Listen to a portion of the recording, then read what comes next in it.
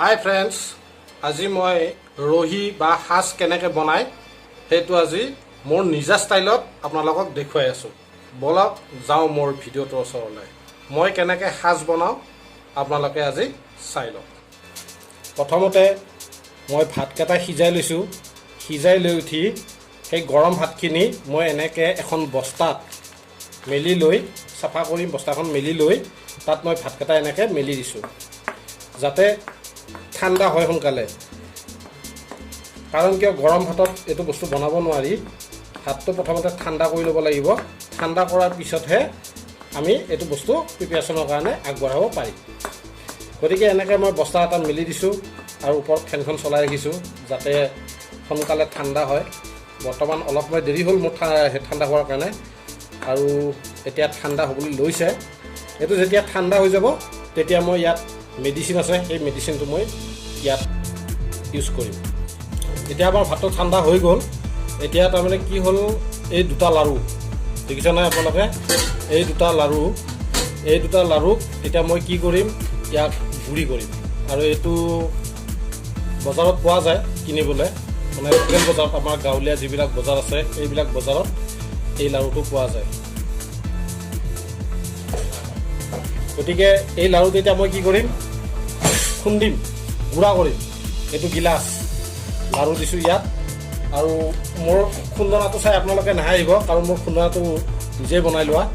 এইটো হ'ল মোৰ খুন্দনা, বুজিছে নহয়, নিজে বনাই লৈছোঁ। এতিয়া এইটো মই গুড়ি কৰিম। এইটো মই গুড়ি কৰিম, খুন্দি গুড়ি কৰি এই গুড়িটো মই ইয়াত মিক্স কৰিম। এতিয়া আমাৰ এইটো গুড়ি হৈ গৈছে, এতিয়া দেখিছোঁ নহয়, অলপ লাইটিংটো কম আছে। এই গুড়িটো মোৰ তৈয়াৰ হৈ গ'ল। এতিয়া এই গুড়িটো কি কৰিম, মই হাতত উলিয়াই ল'ম। উলিয়াই লৈ ইয়াত মই এতিয়া ছটিয়াই দিম।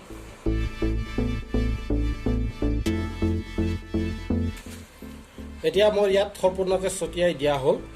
এতিয়া মই কি কৰিম, এইখিনি এতিয়া মই মিক্স কৰিম।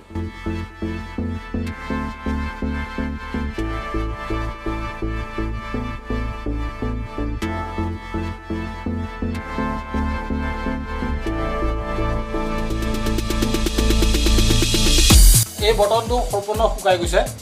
আৰু এইখিনিত এটা মন কৰিব, চাউলটো আপোনালোকে যিকোনো চাউলে ইউজ কৰিব পাৰিব, মাত্ৰ উখোৱা চাউলৰ পৰা এই বস্তুটো নহয়।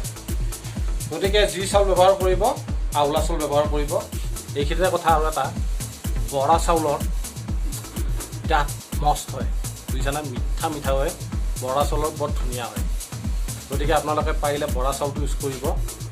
গতিকে বৰা চাউলটো বেছি ভাল হয়। মইতো বৰা চাউল নাই, গতিকে মই যিকোনো চাউলতে ইউজ কৰি দিছোঁ। গতিকে আপোনালোকেও কৰিব পাৰিব। এইটো নহয় যে বৰা চাউলৰে ভাল হয়, বাকী চব চাউলৰে ভাল হয় ভালকৈ বনালে।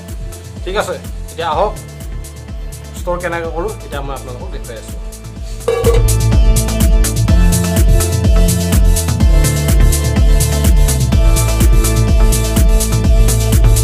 ফাইনেলি এইটো মোৰ ইয়াত হৈ গ'ল।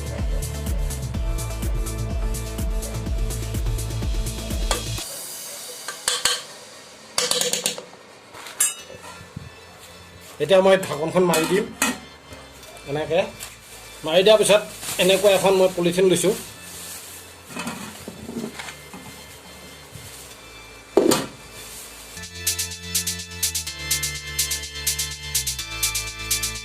এইটো মই এনেকৈ ষ্ট'ৰ কৰিছোঁ। এইটো কথাৰ অৰ্থ হ'ল, এইটোৱে হ'ল, ইয়াৰ পৰা যিটো মানে গোন্ধ ওলাব সেই গোন্ধটো বাহিৰত নাহে।